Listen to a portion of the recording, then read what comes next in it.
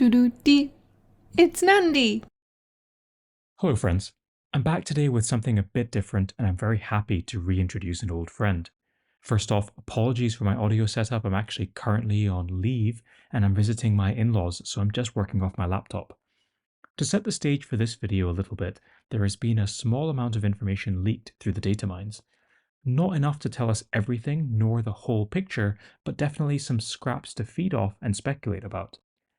I'm in a difficult spot because I'm an ambassador and therefore have some information ahead of time, making these sorts of videos quite tricky. In order to do the video, I had to find someone who fits this perfect Venn diagram. Someone who I trusted, someone who loves Warhammer 40k, someone who has played and knows tactics well, and finally someone who is happy talking and talks well. To that end, I'm happy to reintroduce an old friend, Draupnir. Draupnir, what it do? What it do? Guess who's back? Not really. How are you, Nandi? Thank you for having me. I'm well, Draupnir. I'm well. And, we haven't really planned this ahead of time. I've just kind of got a hold of you today. So this is going to be very informal, very ad lib. And I hope it works out well and the viewers like it.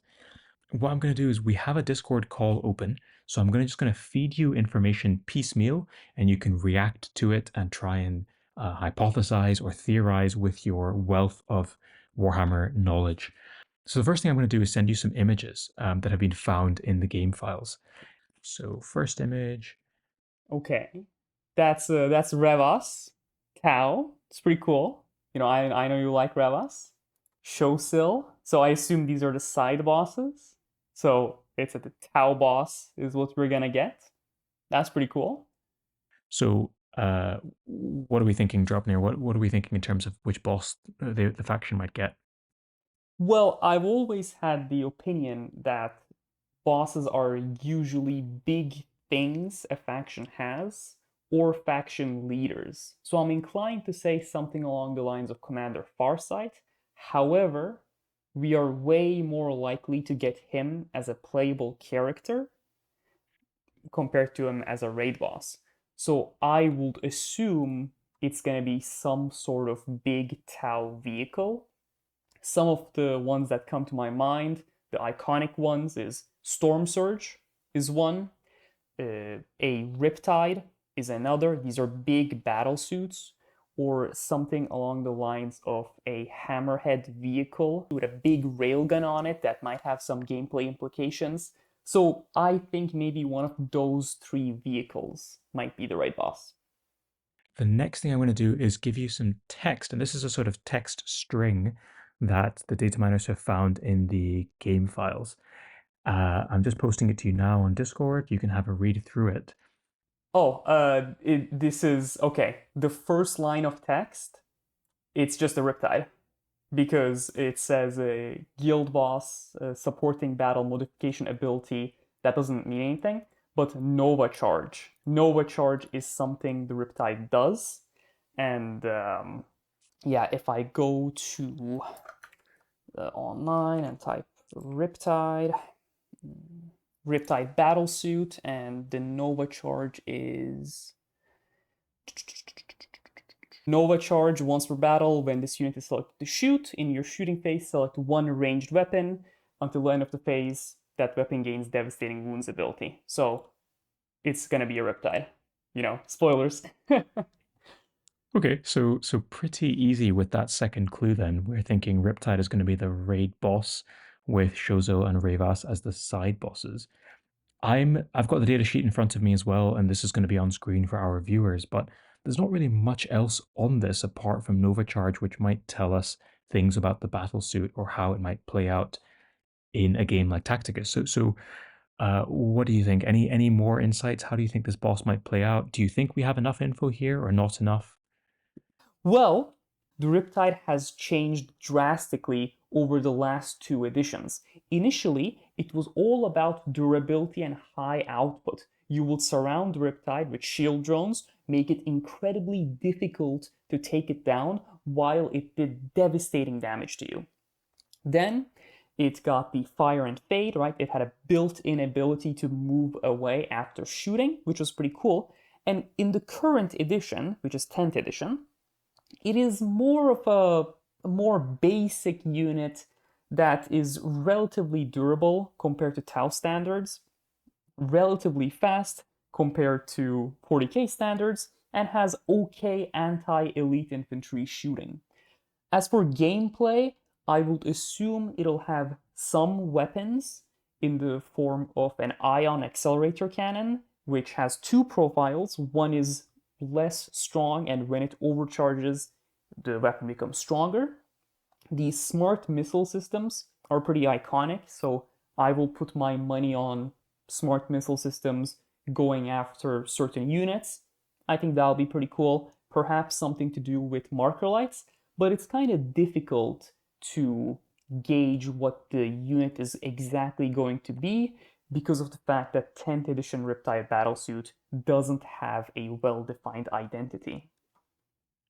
Okay, so yeah, and I guess it's difficult for me to engage in a back and forth about that. But you've described a lot of the characteristics of the battlesuit over previous editions. You know, that ability to shoot and move, some iconic weapons there, and yeah, I guess we'll see how all that plays out in the game. But you can appreciate how there really wasn't much in the way of data mines here. So we are feeding off scraps a bit, aren't we? Well, yeah, it's usually there's a lot more information. I mean, I feel like a fire and fade ability would be appropriate for a Riptide battlesuit, especially because the playable Tau characters don't actually have that ability, and fire and fade was a big part of Tau for a long time. Yeah, yeah, and we can see the some of the keywords that the battle suit has on the data sheet: vehicle, walker, flying. I'm sure if we saw a boss like this in the game, it might have some of those keywords as well. But okay, so we've spoken for quite some time actually on the next boss. And while I have you here, I thought I would also pick your brain on the Custodes, because I don't know if you've been following my channel or following Tactic as much, but the Custodes have been announced as the latest faction. We have three characters already announced. So Trajan Valoris, the Blade Champion, and a Vexillus Praetor are the first three. Can you share any thoughts on who you think might complete the team? First off, I want to say I would have never guessed we would get Trajan Valoris as a playable character. That guy is an absolute beast in lore, and personally, I thought he would be way above what we would get in Tacticus. So it's a good thing I didn't make a prediction there. But looking at it now, we have some very iconic units. The Blade Champion was something new that came out last edition. The Vexillus Praetor is a very cool model.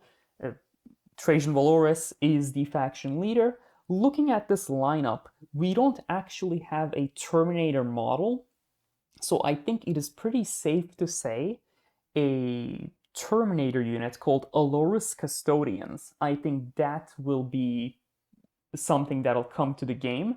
Not because I think every faction is going to get a Terminator, but because of the fact that they're so iconic. They're a big part of the Custodes playstyle. They teleport in, they teleport out, they hunt characters, they hunt high value targets, and I think it's safe to assume you're going to get them. As for the last character, I really don't know. It's difficult to make predictions because everything is so similar. Maybe, just maybe, they might go, Snowprint might decide to have, hey, you know what, we have enough Custodes characters, maybe we'll have some sort of Sisters of Silent character in the form of prosecutors, perhaps, or maybe a Knight Centura, or Vigilators, or Witch Seekers, something very anti-psyker. You see factions such as World Leaders do this. World Leaders has the Jackal character, which, everything's a space marine, and that guy's a human. You have the Yazgor for Thousand Suns, which is the singular character. Those are what we like to call chaff units on tabletop. So maybe they'll go that route, or maybe they'll do Valerian plus Alea. I don't know how they would handle that.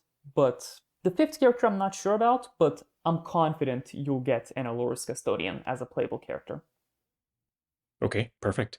Draupnir, thank you so much for taking the time to chat today. I hope people enjoyed that. And if they let us know in the comments below, we can maybe get together and do some more stuff again in the future. Well, thank you for having me. And thanks to all my viewers. Bye for now.